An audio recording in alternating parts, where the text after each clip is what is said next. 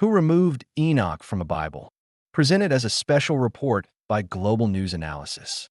Welcome to this exploration of one of the most fascinating mysteries in biblical history. Who removed the book of Enoch from the Bible? Let me start with a surprising fact. The Apostle Jude quoted Enoch directly in the canonical New Testament. Jude 14 and 15 states, "Enoch, the seventh from Adam, prophesied of these, saying, Behold, the Lord comes with 10,000s of his holy ones to execute judgment upon all." If Jude cited Enoch as prophetic scripture, how did Enoch end up excluded from most Christian Bibles today? The answer is not a simple removal, but rather gradual marginalization, institutional politics, and geographic independence that resulted in the Ethiopian Orthodox Church becoming Enoch's sole guardian. Enoch in the ancient world. The Book of Enoch was composed between 300 and 100 BC. 11 Aramaic manuscripts of 1st Enoch and 9 additional manuscripts of the related Book of the Giants were recovered from Qumran Cave 4. This abundance of copies demonstrates that Enoch was widely circulated, frequently copied, and highly valued among Second Temple Jewish communities. A Greek copy of Enoch was found in Qumran Cave 7, confirming that Greek-speaking Jewish communities also valued this work. This matters because the Greek Septuagint was the scripture used by most early Christian communities in the 1st century CE. Enoch in the Septuagint and early church. The Septuagint is the Greek translation of the Hebrew scriptures, created around the 3rd century BCE. By the 1st century CE, most Christians used the Septuagint as their Old Testament. Early evidence suggests that Enoch was included in early Septuagint recensions. The Ethiopian Orthodox Church preserves a tradition directly descended from the Septuagint that includes Enoch as fully canonical. This preservation reflects the actual contents of Septuagint manuscripts brought to Ethiopia. In the middle of the 4th century CE, Christian missionaries traveled south from the Mediterranean to the Kingdom of Aksum in Ethiopia. These missionaries brought Septuagint manuscripts that included the Book of Enoch. The Ethiopian Church was thus established with a more complete scriptural collection than what Western and Eastern Mediterranean churches would later adopt. Early Church Fathers and Enoch. In the 2nd and 3rd centuries, early Church Fathers treated Enoch with considerable respect. The Church Father Tertullian, writing around 190 CE, explicitly called Enoch scripture. This indicates widespread acceptance in the early church. Origen, who lived from 185 to 254 CE, used Enoch extensively in his biblical exegesis. However, Origen later cautioned against Enoch, noting shifting rabbinic norms. This phrase reveals that exclusion of Enoch was not driven by Christian theology alone, but by changing Jewish attitudes toward Enoch as rabbinical Judaism developed. The 4th century shift. By the 4th century CE, the landscape had changed. The Roman Empire had adopted Christianity as its official religion, bringing increasing standardization of Christian practice and establishment of an official biblical canon.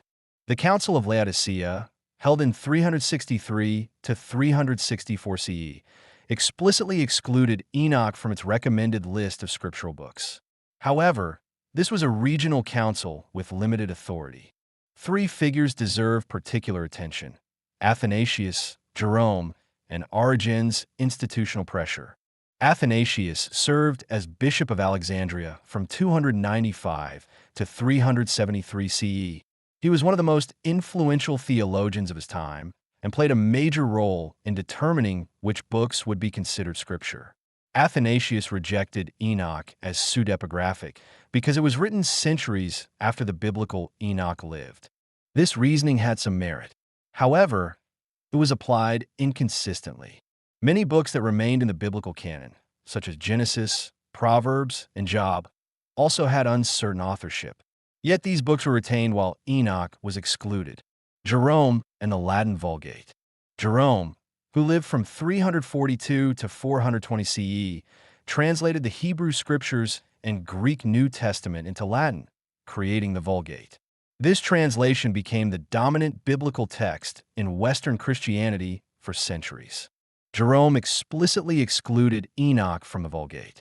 He justified this by claiming that Enoch's extreme antiquity made it impossible to ascertain its genuineness. However, this criterion was applied selectively to other ancient texts as well. Jerome's authority was enormous. His translation shaped biblical scholarship and faith practice for over 1,000 years. His exclusion of Enoch effectively marginalized it in the Western Christian world. Angelology and theological concerns. Church fathers also raised theological concerns about Enoch's content, particularly its detailed descriptions of fallen angels and their corruption of humanity. Enoch contains extensive accounts of angelic beings called the Watchers who descended to earth, taught humans forbidden knowledge, and corrupted human womankind. This angelological material apparently conflicted with developing Christian theology that emphasized human responsibility for sin rather than angelic causation. Augustine and other Western fathers prefer to interpret Genesis chapter 6, verses 1 through 4, as referring to descendants of Seth rather than angels. Enoch's detailed angelology, which drew heavily on Mesopotamian mythological traditions, may have seemed too speculative for church fathers seeking to establish orthodoxy and distance Christianity from pagan religions. Septuagint versus the Hebrew Bible. A crucial distinction must be made. The Book of Enoch never appeared in the Hebrew Bible, also called the Tanakh or Masoretic text. This Hebrew scripture collection was finalized around the 9th century CE by Jewish scribes. However, Enoch did appear in the Greek Septuagint, which was created centuries earlier for Greek-speaking Jews. In the 4th and 5th century CE, church councils faced a choice. They could continue using the broader Septuagint tradition that included Enoch, or they could align their biblical canon with a more restricted Hebrew canon. Increasingly, Western and Eastern Mediterranean Christian communities chose to align with the Hebrew Bible. The Ethiopian Church, however, made a different choice. It maintained the broader Septuagint tradition and continued to recognize Enoch as canonical. Enoch's priestly and astronomical significance. To understand why Ethiopia valued Enoch so highly, we must recognize the theological and practical significance of Enoch's content. The Book of Enoch contains what scholars call the astronomical book. This section presents an intricate system of astronomical knowledge, including a precise description of solar and lunar cycles. Most strikingly, Enoch describes a 364-day calendar, precisely 52 weeks.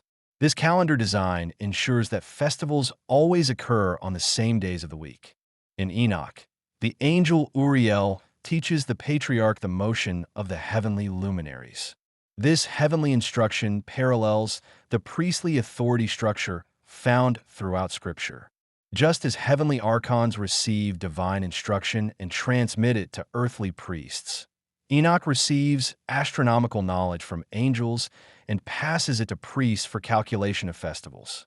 The Ethiopian Orthodox Church immediately recognized the practical value of this astronomical system. The Ethiopian calendar adopted Enoch's 364-day solar system directly. This was not merely theoretical endorsement, but a lived, ongoing commitment to Enoch's authority.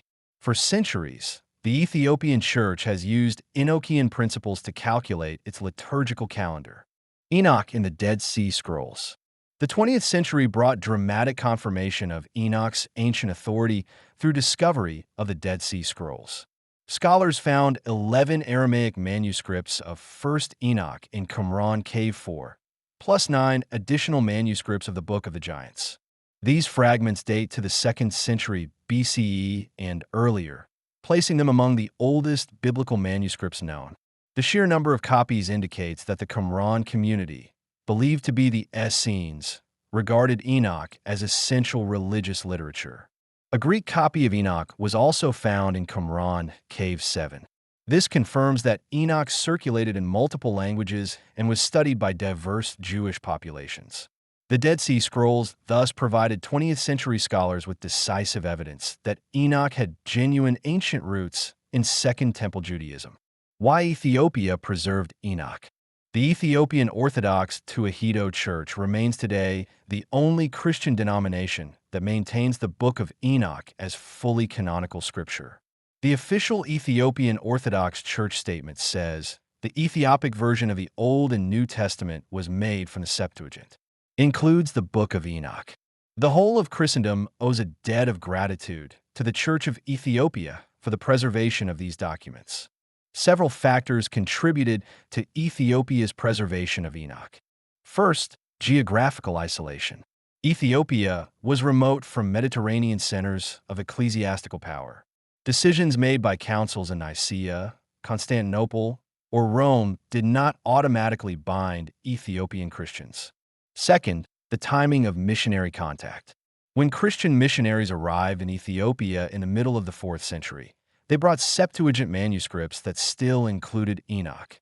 By the time Western churches were excluding Enoch, the Ethiopian church had already received and adopted these scriptural collections. Third, theological compatibility. Ethiopian Christianity retained stronger mystical elements influenced by Jewish mystical traditions. Enoch, with its accounts of angelic instruction and heavenly visions, fit naturally into this theological framework. Fourth, practical necessity. The Ethiopian calendar system depended upon Enochian astronomical principles. Abandoning Enoch would have required reformulating the entire liturgical calendar. The inconsistency problem. A major puzzle remains. Jude, a canonical New Testament epistle, quotes Enoch directly and treats it as prophetic scripture. If Enoch was excluded as unreliable, why was Jude, which quotes Enoch as authoritative, retained as canonical? This inconsistency suggests that the exclusion of Enoch was not as thoroughly justified as church fathers claimed. If Enoch was genuinely unreliable, then Jude's reliance upon Enoch might call into question Jude's own reliability. Yet church councils never suggested that Jude should be excluded. The fact that Tertullian called Enoch scripture and that Origen used it extensively in exegesis further demonstrates that Enoch's exclusion was not inevitable or universally agreed upon. It was a decision made by certain authorities at a particular historical moment, not universally binding. Who removed Enoch? The answer is not a single person or decision, but rather a process involving multiple actors across the 4th and 5th century CE. The Council of Laodicea formally recommended exclusion. However, councils were not the primary drivers. Rather, influential church fathers shaped actual practice. Athanasius rejected Enoch as pseudepigraphic, though this criterion was applied inconsistently. Jerome excluded Enoch from the Latin Vulgate, shaping Western Christianity for centuries. Origen's retreat from earlier support signaled institutional pressure gaining momentum. Augustine and other fathers raised theological objections. Beyond individual figures, broader institutional processes were at work. The standardization of biblical canon required choices about which texts would be included. Decisions made in Mediterranean centers of power carried particular weight because those cities possessed theological authority and political influence. The marginalization of Enoch reflected a deliberate strategy by Christian orthodoxy to distance Christianity from speculative mysticism and elaborate angelology, thereby establishing clear doctrinal boundaries. It also reflected increasing alignment with Rabbinic Judaism's developing canon, which did not include Enoch. However, this exclusion was never universal. The Ethiopian Orthodox Church deliberately rejected it and preserved Enoch as canonical. Was Enoch in the early Septuagint? The answer is definitively yes. Enoch was part of the Septuagint tradition used in the Mediterranean world during the Apostolic era and beyond. Early recensions of the Septuagint in the 3rd through 1st centuries BCE included Enoch. First-century Christian communities using the Greek Septuagint had access to Enoch. Jude's quotation of Enoch reflects this accessibility and acceptance. By the 2nd and 3rd century CE, church fathers like Origen and Tertullian used Enoch as scripture. Institutional pressure began building in the late 3rd and early 4th centuries. By the 4th and 5th centuries, standardized recensions of the Septuagint began excluding Enoch to align with Hebrew biblical precedents. The Ethiopian Church received Septuagint manuscripts before this exclusion process solidified. Ethiopian Christian tradition thus preserved the older, less restricted scriptural collection that included Enoch. What this tells us about Scripture. The history of Enoch's exclusion teaches us important lessons about how Scripture was formed. First, biblical canon was not divinely inscribed, but historically constructed. Human beings, through councils and individual decisions, determined which texts would be considered authoritative Scripture and which would not. Second, canonical decisions were not always consistent. Jude quotes Enoch and was retained while Enoch was excluded. This reveals that other factors beyond textual criteria influenced decision-making. Third, geographical and institutional independence mattered. Ethiopia's preservation of Enoch demonstrates that different Christian communities could make different choices about which texts were authoritative. Enoch was not universally rejected, but was rejected by Mediterranean centers of power while being preserved by communities outside those centers. Fourth, practical utility influenced canon. The Ethiopian Church maintained Enoch partly because its astronomical calendar system depended on Enochian principles. Theology was embodied in liturgical practice that made certain texts indispensable. Enoch's lasting influence. Despite exclusion from most Christian canons, Enoch profoundly influenced Christianity. Early Christian eschatology drew heavily upon Enochian imagery and concepts. The vision of the Son of Man as cosmic judge, a central feature of New Testament apocalyptic, was developed in the Enochian book of parables before Jesus' time. Matthew 24:31 describes angels gathering the elect from the four winds. This eschatological imagery parallels Enochian traditions. Revelation's depictions of cosmic judgment and angelic activity draw upon Enochian angelology. Peter's epistles reference angels imprisoned in chains of darkness, a distinctly Enochian theme. Without Enoch, early Christian theology cannot be fully understood. Yet for nearly 2 millennia, Enoch was inaccessible to most Western Christians. Rediscovery and modern significance. The 20th century brought Enoch back into scholarly consciousness. Dead Sea Scrolls discoveries provided ancient manuscript evidence. Academic scholars began taking Enoch seriously as a witness to Second Temple Judaism and early Christianity. The Ethiopian Orthodox Church's persistent canonization of Enoch proved prophetic.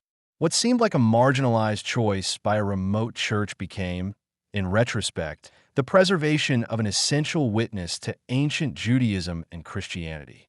Conclusion.